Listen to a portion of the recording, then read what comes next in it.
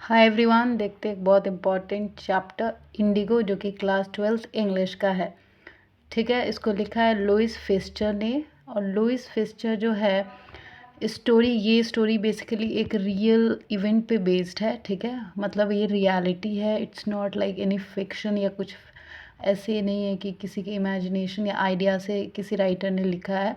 Louis फिस्चर जो है इस चीज़ को इन्होंने रियलिटी में एक्सपीरियंस किया था। और इंडिगो जो है, मैं आपको बता दूँ, एक तरीके का प्लांट होता है जिससे इंक कलर्स जैसे बनाए जाते हैं, जो कि एज अ इंक भी यूज़ किया जाता है। ठीक है, तो ये कहानी कुछ ऐसे शुरू होती है जब लुइस फिस्चर गांधी जी से मिलते हैं। ठीक है, महात्मा गांधी जी से, फादर ऑफ नेशन। तो 1952 में वो गांधी जी के आश्रम जाते हैं, सेवाग्राम, तो वहाँ पे उनसे मिलते हैं। ठीक है, लुइस फिस्चर।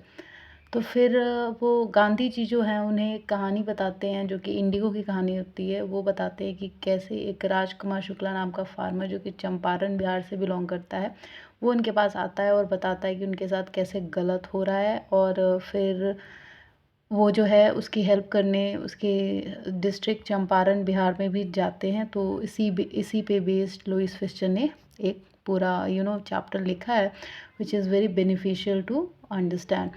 तो फिर 1942 में वो मिलते हैं गांधी जी से। फिर दिसंबर 1916 को एक सभा होती है जहाँ पे गांधी जी गए होते हैं। वहीं पे राजकुमार शुक्ला जो है वो गांधी जी से मिलता है और वो बताता है कि कैसे जो ब्रिटिश गवर्नमेंट है वो उनसे ज़बरदस्ती, जो पहले के टाइम पे तो ज़मींदार जो थे वो ब्रिटिश गवर्नमेंट के लिए काम किया करते थे, तो उन्हीं को हम लैंडलॉर्ड्स कहते थे। तो जितने भी पीसेंट्स या फार्मर्स के जितने भी लैंड थे वो सारे ज़मींदार्स के कंट्रोल में थे। तो फिर उनको फार्मर्स को वो लोग प्रेशराइज़ करते थे कि 15% लैंड पे उनको इंडिगो उगाना होगा। इंडिगो से मैंने बताया आपको इंक की तरह यूज़ किया जाता है। तो लेकिन इसका नुकसान पता है, एक बहुत बड़ा नुकसान था इंडिगो उगाने का, कि इससे सॉइल की फर्टिलिटी बहुत ज़्यादा जल्दी ख़राब होती थी। ठीक है ना।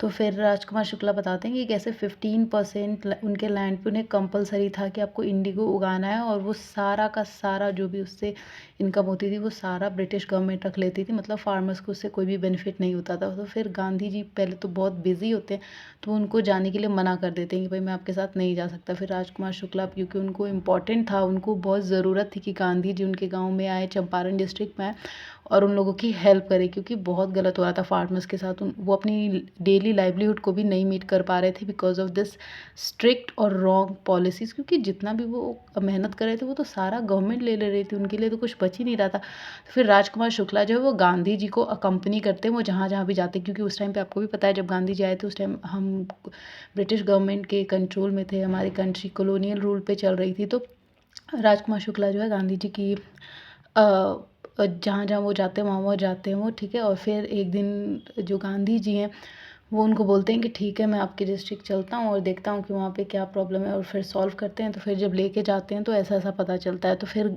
जब गांधी जी जाते हैं तो फिर उसके बाद से वो वहाँ भी जाते हैं प्रसाद के घर, जो कि हमारे फर्स्ट प्रेसिडेंट भी हैं। तो वहाँ पे वो नहीं होते हैं राजेंद्र प्रसाद जी, वो आउट ऑफ टाउन होते हैं। तो उनके घर में जो मतलब उनके आप कैसे केयर टेकर होते हैं, वो इन लोगों को राजकुमार शुक्ला और गांधी जी दोनों बिकॉज ऑफ देयर आउटफिट इनको अनटचेबल समझ लेते, तो इनको बाहर रखते और इनको रिस्पेक्ट नहीं देते। ठीक है, तो फिर उसके बाद से ये लोग राजकुमार शुक्ला और गांधी जी पटना से मुजफ्फरपुर चले जाते हैं। फिर मुजफ्फरपुर जाने के बाद वो वहाँ पे मिलते हैं प्रोफेसर मलकानी, और वहीं पे रहते हैं वो लोग उनके घर पे। ठीक है, और फिर मुजफ्फरपुर से जो भी अपनी बात वगैरह करनी है मुजफ्फरपुर में वो कर लेते हैं प्रोफेसर मलकानी के हाउस में। फिर उसके बाद से मुजफ्फरपुर से वो लोग चंपारण के लिए निकल जाते हैं।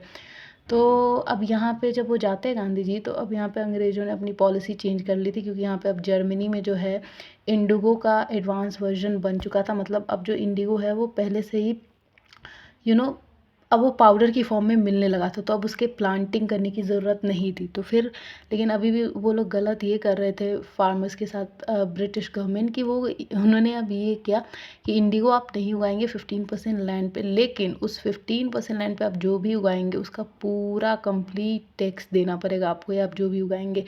तो अभी भी गलत था। तो फिर गांधी जी ने इसके खिलाफ प्रोटेस्ट किया, बोला कि ये गलत है। और फिर इनको क्या किया गया कि फिर जब राजेंद्र प्रसाद आते हैं तो फिर वो गांधी जी की हेल्प करते हैं। तो फिर वो कहते हैं कि अगर गांधी जी को जेल में डाल देंगे तो हम सारे भी मिनिस्टर्स या फिर और जो भी लोग थे वो हम भी चले जाएंगे। तो फिर इससे पहले ही गांधी जी जो है केस जीत गए होते हैं, क्योंकि मतलब वो सही थे, उन्होंने सारे एविडेंसेस दिखा दिए थे और उन्होंने मांगी थी कि 50% कंपनसेशन गवर्नमेंट दे इन पेशेंट्स को, लेकिन जो गवर्नमेंट है वो सिर्फ 25% से ही मानती है। तो गांधी जी जो है एक्सेप्ट कर लेते हैं कि चलिए ठीक है। और ये कहीं ना कहीं यहाँ पे गांधी जी जो है सिविल डिसोबीडियंस मूवमेंट की शुरुआत भी करते हैं, ठीक है। और इसके बाद से राजेंद्र प्रकाश जी जो हैं इनकी हेल्प करने के लिए गांधी जी की, कि अगर ज़रूरत पड़ी तो वो लॉयर्स वगैरह भी लेके आते, पर वो ज़रूरत नहीं पड़ती क्योंकि महात्मा गांधी उससे पहले ही जीत चुके होते। और जो चंपारण के लोग होते हैं, जाहिर सी बात है कि गांधी जी को भगवान समझते हैं और उनकी क्वालिटीज़ भी थी समझने लायक, तो बहुत खुश होते हैं। और राजकुमार शुक्ला जी ने काफ़ी पेशेंट्स की प्रॉब्लम को सॉल्व किया था। ये जो इंडिगो को लेके प्रॉब्लम थी, उनके साथ जो आरती थी वो सब ख़त्म किया, ठीक है। और इसके अलावा अब जब इंडिगो का प्रॉब्लम सॉल्व हुआ, गांधी जी ने सिविल डिसोबीडियंस मूवमेंट भी स्टार्ट कर दिया था पीसेंट्स के लिए। अब वहाँ पे उन्होंने क्या किया, गांव के लोगों के लिए अब उन्होंने स्कूल्स खुलवा दिए चंपारण डिस्ट्रिक्ट में, ताकि वहाँ पे लोग पढ़े, एजुकेटेड हो और अपने लिए एम्प्लॉयमेंट ढूंढ सके, ना कि सिर्फ फार्मिंग में ही लिपट के रह जाए, ठीक है।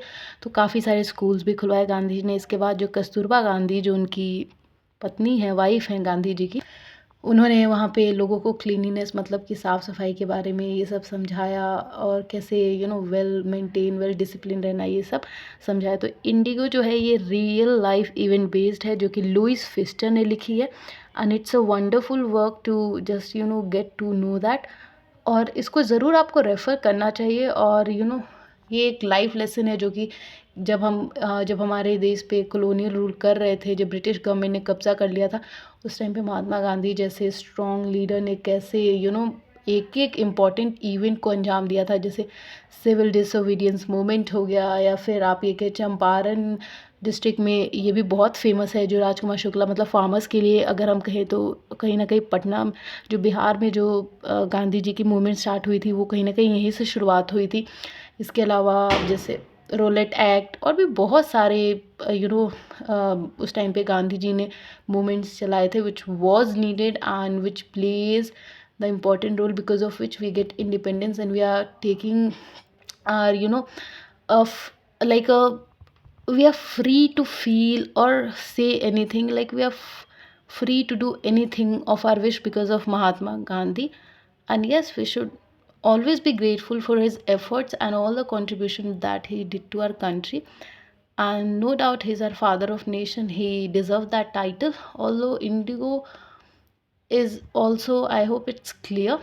And yeah, thank you. Do like, share and subscribe, and most important, please do comment it down. Thank you.